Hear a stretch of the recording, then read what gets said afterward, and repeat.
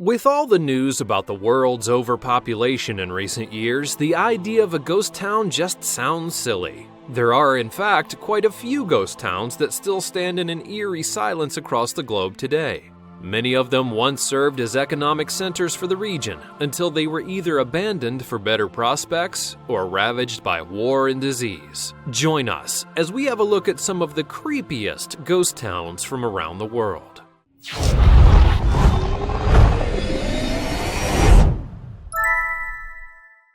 Garnet, Montana. During the gold rush of the 19th century, it was not uncommon to find numerous small mining towns throughout the mid and northwest. Though these towns had fully completed homes, they were only used while there were gold in the mines.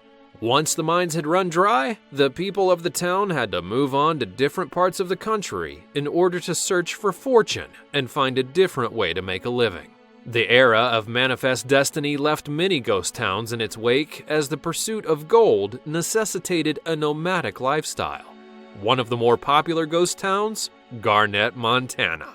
This town was once a small but busy resting place for miners in the area, and in its heyday, it would host over 1,000 people. Like any old western town, Garnet had 13 saloons, 3 grocery stores, 3 hotels, a barber shop, and was even rumored to have a brothel.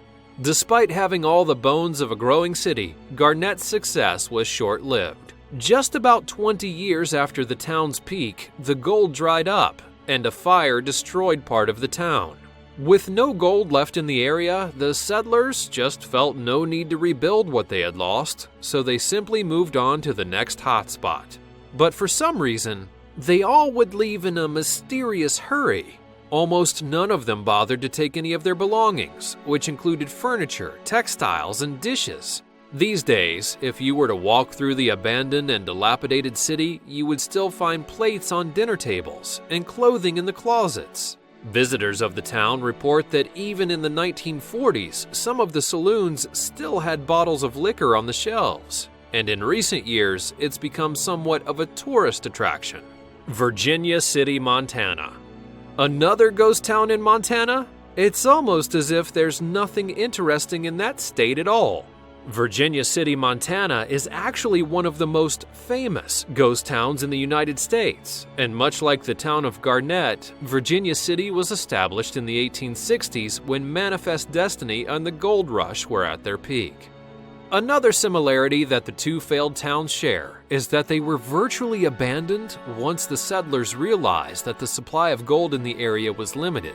Surprisingly though, Virginia City still has about 190 residents, which is an extremely far cry from the 10,000 that it once hosted 150 years ago.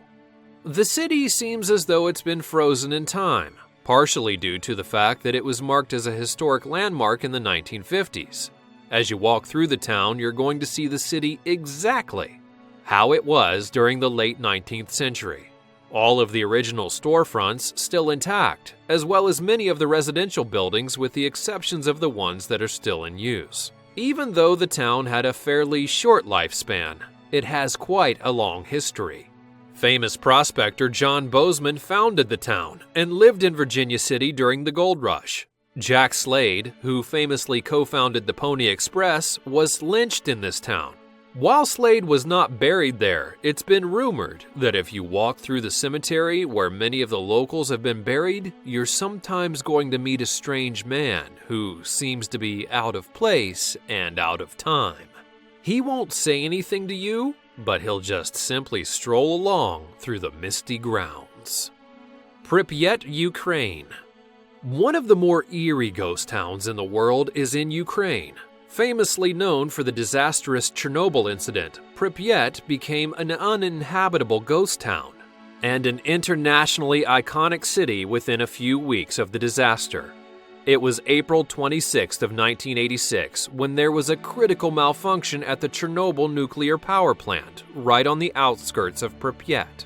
The damage was irreparable, and it was advised that all employees should leave the premises immediately. It wouldn't be long before many of the employees would realize that just being clear of the facility grounds would not be enough to avoid the harmful effects of radiation.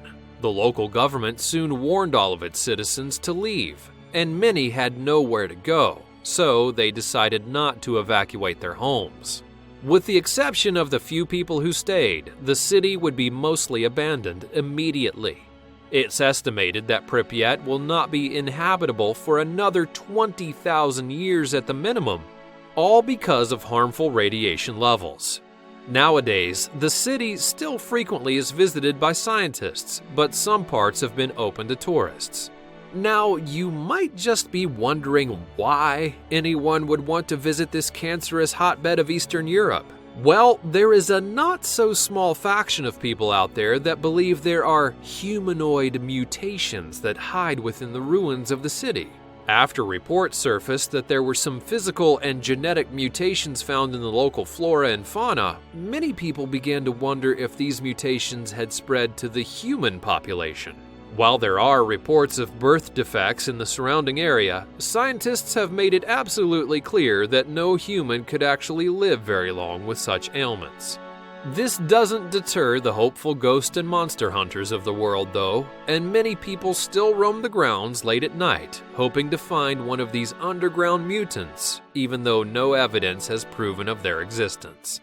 Though there have been reports from many people, including scientists and seasoned tour guides, that say they've seen strange people walking around the grounds. Most of the time, these are people that have only been seen from afar, but a common theme is that all of these people seem to be observing them.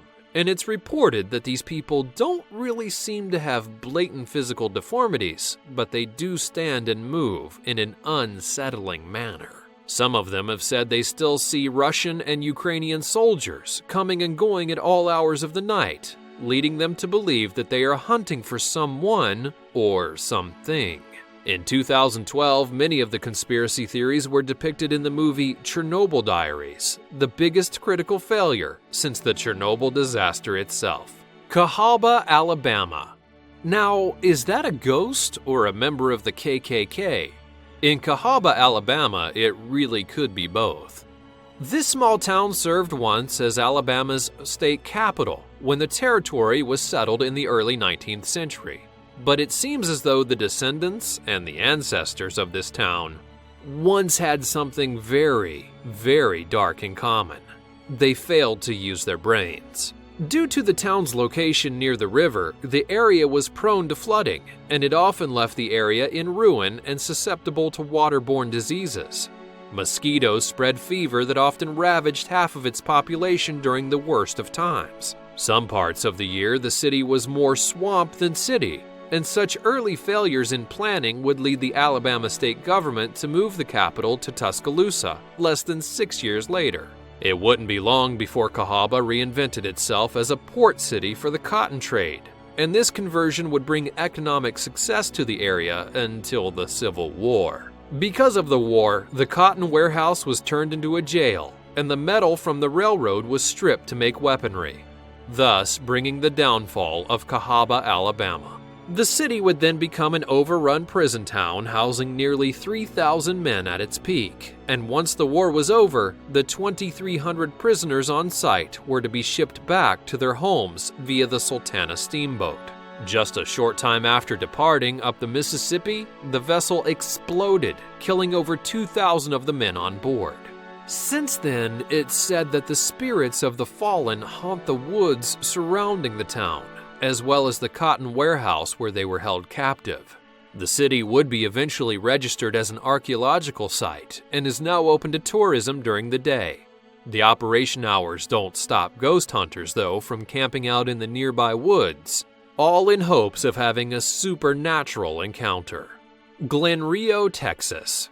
At first glance, the town of Glen, Texas looks like a scene from The Children of the Corn. If you ever have an opportunity to stop by this town, just don't. Glen was once a popular rest stop during the peak years of Route 66.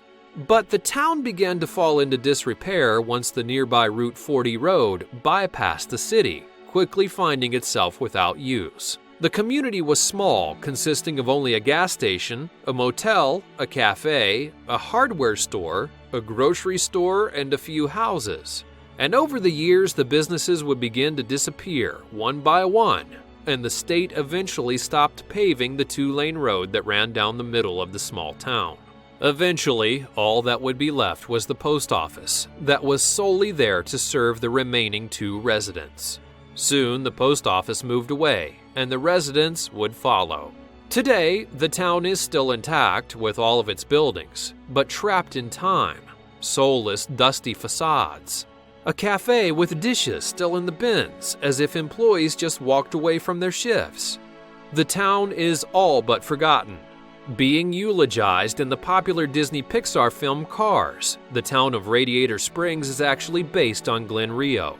The most notable reference is the local rest stop that's named the Glen Rio Motel. In addition to this, the racing museum featured in the movie is directly modeled after the Little Juarez Cafe. On a less entertaining note, parts of the movie The Grapes of Wrath were actually filmed in Glen Rio before the town was completely abandoned. The Irudlow Massacre Site, Trinidad, Colorado. The title of Creepiest Ghost Town goes to Trinidad, Colorado. This former coal mining town is the site of one of the country's biggest massacres. In 1913, coal miners, who were looking to work in the town, became unhappy with their conditions, along with their working wages.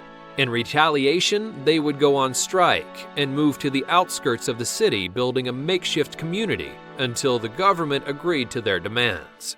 Sadly, however, the National Guard, well, they kind of had other plans. One night in April of 1914, the National Guard would surround the camp and begin firing aimlessly at the tent city. They also began to douse the tents in kerosene and proceeded to set them on fire, killing numerous men, women, and children. The miners estimate that they lost between 70 and 200 people that night, and it's said that this is one of the deadliest massacres in U.S. history that no one ever talks about. These days, the town of Trinidad is still inhabited, but the site that once was home to the miners' tent city remains desolate. This has been a short look at some of the creepiest ghost towns around the world, but have you ever visited any of them? And which ones did I not mention? Let me know all about it in the comments below and subscribe for more in the future. Thanks for watching. Marilyn Monroe. Marilyn Monroe was found dead on August 5th of 1962 in her home in Los Angeles after having overdosed on barbiturates. Playboy's first ever Sweetheart of the Month suffered from mental illness along with substance abuse, which stopped her from acting and producing movies.